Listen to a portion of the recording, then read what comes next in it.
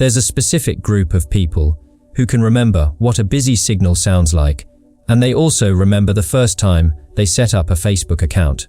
If you were born between 1976 and 1985, you're not quite Gen X, and you're definitely not a millennial, even though people keep trying to put you in one of those boxes. Around 2014, researchers started calling this group Xennials, and some sociologists even labeled it a microgeneration, because the window is so specific and the experience so distinct. What happened during those particular years actually created something worth examining. You spent your childhood in an analog world where boredom was just something you sat with. You had to remember phone numbers.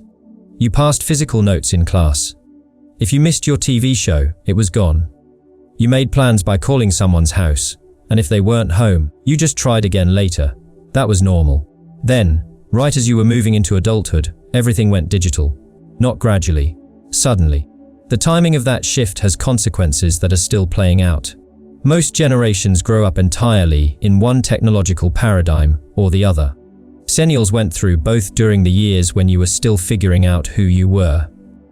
Your late teens looked radically different from your mid-20s, and the gap between those experiences was far wider than most generations deal with.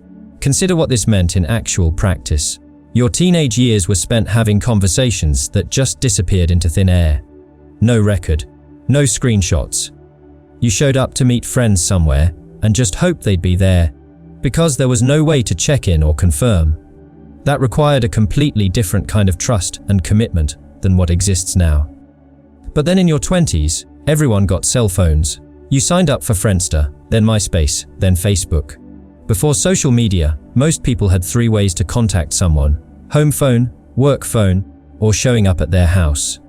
Then suddenly, you had a dozen messaging platforms, and you just figured it out.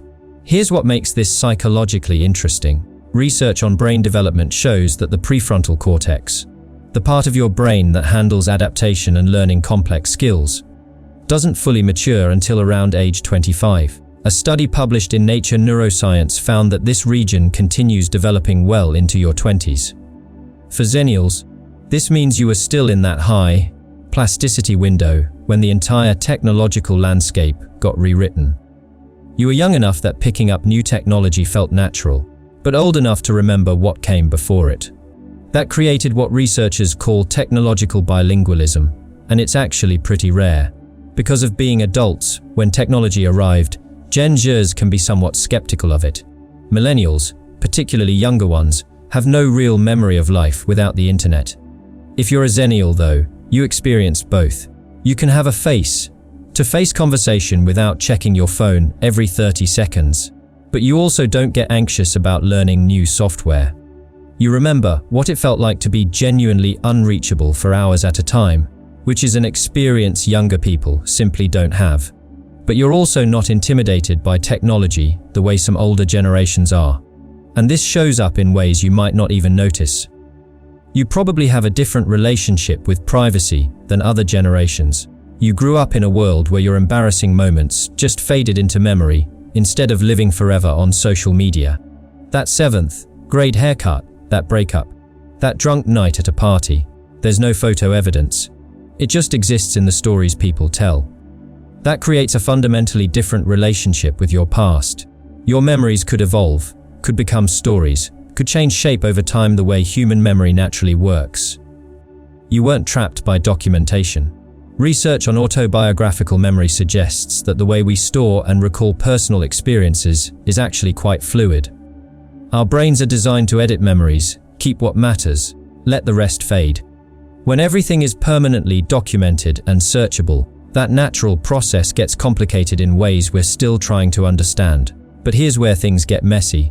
You also entered the job market right around the 2008 financial crisis, which means a lot of you experienced significant economic instability during the exact years when you were supposed to be establishing your careers. That timing matters more than people realize. Research on economic hardship shows that financial trauma during this life stage can have lasting psychological effects. People who experience job loss or financial instability during their mid to late 20s often carry those experiences forward, even after their situations improve. It shapes how you think about money, security, and risk in ways that don't easily go away. So you've got this generation that learned to adapt to massive technological change, but also got economically hit right when you were trying to build stability. You can navigate change because you had to, but you might also have this underlying current of, what if it all falls apart again, running through your decisions.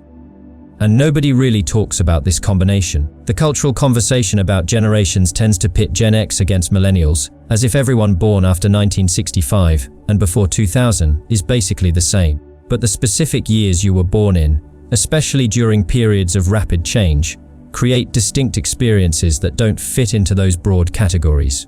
Xennials deal with a paradox that's honestly pretty unusual. You have the self-reliance and skepticism of Gen X, because you grew up before helicopter parenting became standard. Your parents probably didn't know where you were for hours at a time, and that was just normal. You learned to solve problems on your own, to entertain yourself, to deal with boredom and frustration without immediate adult intervention.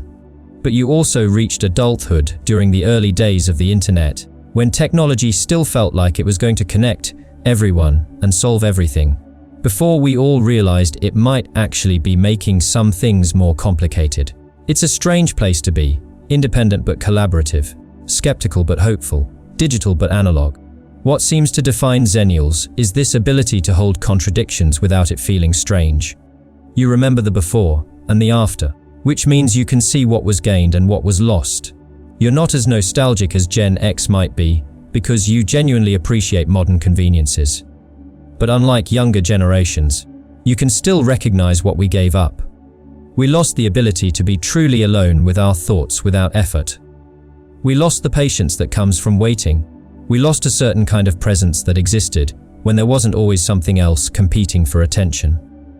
But we gained connection, information, and possibilities your younger self couldn't have imagined. If you're a Xennial, you probably feel like you don't quite fit anywhere. Too young for some things, too old for others, caught between two worlds. But that's not a flaw. That's actually the defining feature of your experience. In a world that keeps changing faster than anyone can predict, having lived through one massive transition might be one of the most valuable things you could have learned. You know how to adapt. The world you were raised in doesn't have to be the world you live in forever.